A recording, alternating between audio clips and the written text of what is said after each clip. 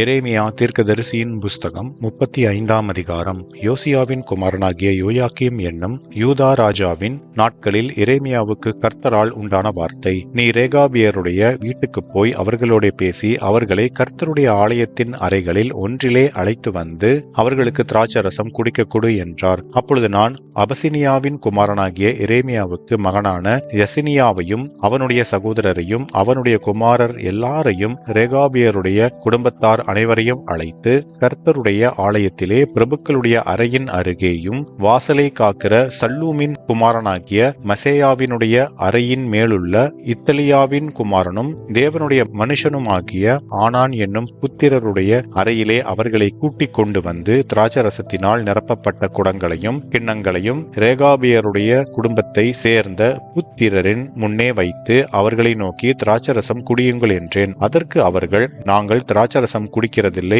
ஏனென்றால் ரேகாபின் குமாரனாகிய எங்களுடைய தகப்பன் யோனதாப் நீங்கள் பரதேசிகளாய் தங்குகிற தேசத்தில் நீடித்திருக்கும்படிக்கு நீங்களும் உங்கள் பிள்ளைகளும் என்றென்றைக்கும் திராட்சரசம் குடியாமலும் வீட்டை கட்டாமலும் விதையை விதையாமலும் திராட்சை தோட்டத்தை நாட்டாமலும் அதை கையாளாமலும் உங்களுடைய எல்லா நாட்களிலும் கூடாரங்களிலே குடியிருப்பீர்களாக என்று எங்களுக்கு கட்டளையிட்டார். அப்படியே எங்களுடைய எல்லா நாட்களிலும் நாங்களும் எங்கள் ஸ்திரீகளும் எங்கள் குமாரரும் எங்கள் குமாரத்திகளும் திராட்சரசம் குடியாமலும் நாங்கள் குடியிருக்க வீடுகளை கட்டாமலும் ரேகாபின் குமாரனாகிய எங்களுடைய தகப்பன் யோனதாபின் சத்தத்துக்கு கீழ்ப்படிந்திருக்கிறோம். எங்களுக்கு திராட்சை தோட்டமும் வயலும் விதைப்பாடும் இல்லை. நாங்கள் கூடாரங்களில் குடியிருந்து எங்கள் தகப்பனாகிய யோனதாப் எங்களுக்கு கட்டளையிட்டபடியெல்லாம் கீழ்ப்படிந்து செய்து வந்தோம். ஆனாலும் பாபிலோன் ராஜாவாகிய நேபுகாத் நேச்சார் இந்த தேசத்தில் வந்தபோது நாம் கல்தேயருடைய இராணுவத்துக்கும் சீரியருடைய இராணுவத்துக்கும் தப்பும்படி எருசலேமுக்கு போவோம் வாருங்கள் என்று சொன்னோம்.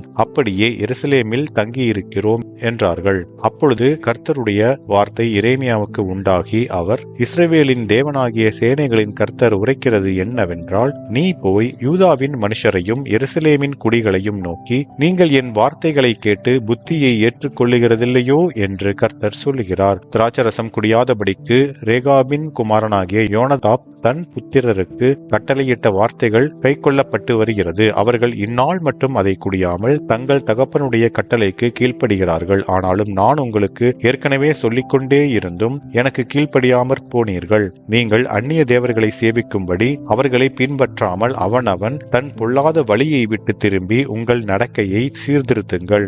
அப்பொழுது உங்களுக்கும் உங்கள் பிதாக்களுக்கும் நான் கொடுத்த தேசத்திலே குடியிருப்பீர்கள் என்று சொல்லி தீர்க்கதரிசிகளாகிய என் ஊழியக்காரரை எல்லாம் நான் உங்களிடத்துக்கு ஏற்கனவே அனுப்பி கொண்டிருந்தும் நீங்கள் உங்கள் செவியை சாயாமலும் எனக்கு கீழ்ப்படியாமலும் போனீர்கள். இப்போதும் ரேகாபின் குமாரனாகிய யோனதாபின் புத்திரர் தங்கள் தகப்பன் தங்களுக்கு கட்டளையிட்ட கற்பனையை கை கொண்டிருக்கும் போது இந்த ஜனங்கள் எனக்கு கீழ்ப்படியாமற் போனபடியினாலும், இதோ நான் அவர்களிடத்தில் பேசியும் அவர்கள் கேளாமலும் நான் அவர்களை நோக்கி கூப்பிட்டும் அவர்கள் மறு உத்தரவு கொடாமலும் போனபடியினாலும் யூதாவின் மேலும் எருசலேமின் குடிகள் எல்லாரின் மேலும் நான் அவர்களுக்கு விரோதமாக சொன்ன எல்லா தீங்கையும் வரப்பண்ணுவேன் என்று இஸ்ரவேலின் தேவனும் சேனைகளின் தேவனும் ஆகிய கர்த்தர் சொல்லுகிறார் என்று சொல் என்றார். பின்னும் எரேமியா ரேகாபியருடைய குடும்பத்தாரை நோக்கி, நீங்கள் உங்கள் தகப்பனாகிய யோனதாபின் கட்டளைக்கு கீழ்ப்படிந்து அவனுடைய கற்பனைகளை எல்லாம் கைக்கொண்டு அவன் உங்களுக்கு கட்டளையிட்டபடியெல்லாம் செய்து வந்தீர்கள் என்று இஸ்ரவேலின் தேவனாகிய சேனைகளின் கர்த்தர் சொல்லுகிறார். ஆதலால் சகல நாட்களிலும் எனக்கு முன்பாக நிற்கத்தக்க புருஷன் ரேகாபின் குமாரனாகிய யோனதாபுக்கு இல்லாமற் போவதில்லை என்று இஸ்ரவேலின் தேவனாகிய சேனைகளின் கர்த்தர் சொல்லுகிறார் என்றான் என்பதே. ஆமென்.